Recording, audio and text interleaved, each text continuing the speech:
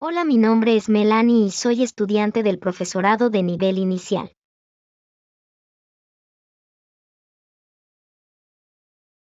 La escuela moderna entra en crisis frente a la cultura digital. La escuela moderna ya había entrado en crisis antes de la pandemia.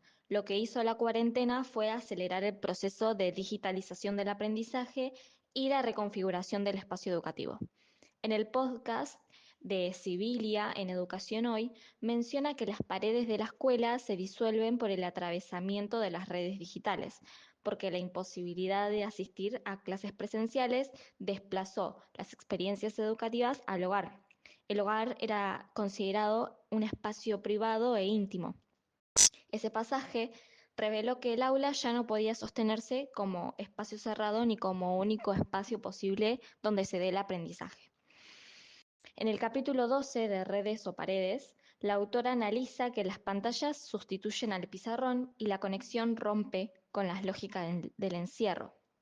La institución escolar fue diseñada para dominar y concentrar los cuerpos en confinamiento, regular el tiempo y producir atención, pero la conectividad contemporánea atravesó esos muros y se ve invadida por la tecnología que trae nuevas formas de relacionarse, de prestar atención, de comunicarse.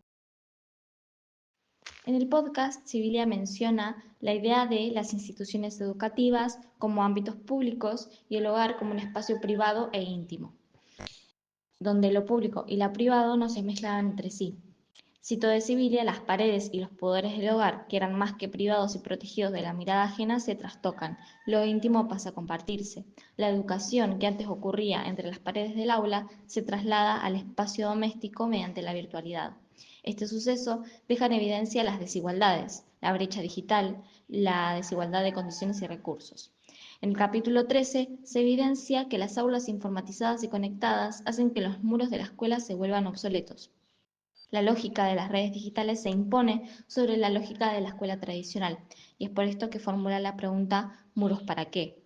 Esto obliga a pensar qué significa enseñar y aprender cuando lo íntimo se vuelve público porque la cultura reconfigura los espacios. Sibilia afirma que con la generalización de los aparatos móviles, la enseñanza perdió legitimidad y esperanza, porque con los dispositivos comenzaron a competir los docentes por la atención de los alumnos y a modificar los tiempos y los modos de aprendizaje.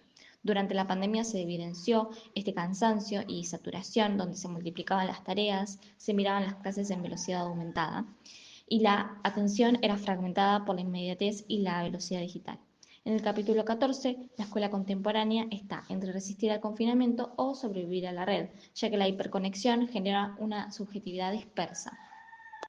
Sibilia demuestra que hay una necesidad de reinventarse. Lo dijo en el contexto de 2012 del libro, que no se trata de restaurar la vieja institución, sino de reinventarla. Esa misma necesidad aparece en el podcast cuando reflexiona sobre el 2020, momento en que la educación debió rehacerse con urgencia para seguir existiendo.